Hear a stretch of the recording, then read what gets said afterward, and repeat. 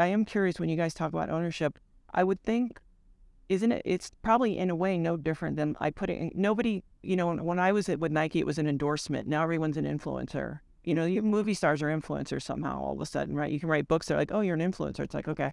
But I feel like at what point, it can't all that get baked into the deals where when I do a deal, there's no confusion about who owns the content. There's time limits about how long the content has to be there, how long they can use to burn off on that. So I'm wondering why. Is it because the athletes don't know, so they don't have representation, they don't have the language? So that might be an issue. That would be, as an IP lawyer, one of my biggest concerns with this situation is that, especially when you're talking about female athletes, they might not have representation. They might not have an agent, right? You were the one who told me 1% of these kids are going to go play professional sports. So 99% of them aren't necessarily ripe for an agent.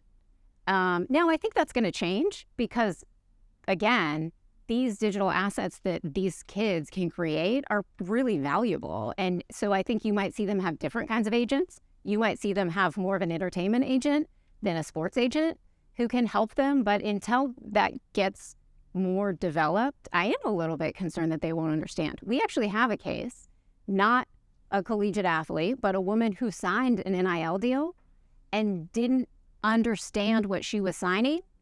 And now she's on the outs with the brand. And guess what? She actually can't go do something that she wants to do with her name, image, and likeness because she signed this deal she didn't understand. And she's an adult.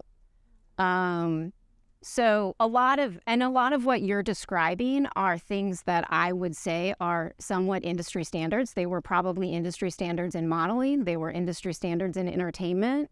And I, as a lawyer, not as an IP lawyer, would love to see some of that develop in this area, or some roadblock, kind of guardrails to be built in for some of these students so that, maybe there's a rule. It can't be longer than this term. Right. I would think because of injury, because of transferring. I mean, there's so many millions of things and dynamics that happen in these situations that you almost feel like some general template was created that coaches could offer for kids who aren't maybe the top that have people pursuing to help them, that at least there's sort of a basic template, like how long is the deal? What's the burn off? When's my image off your site? How long do I have to keep your content on? Whatever it is.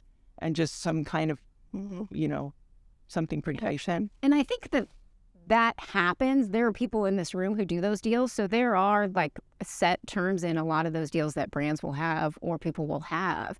But this is a really new area, right? They've only been able to do this since 2021. So, one of the questions Christina and I batted around in developing this panel was, I said, if I were a brand, I'd be a little bit concerned about having a college student posting my stuff on social media because I don't know what the post from Saturday night's going to look like. I might not agree with it.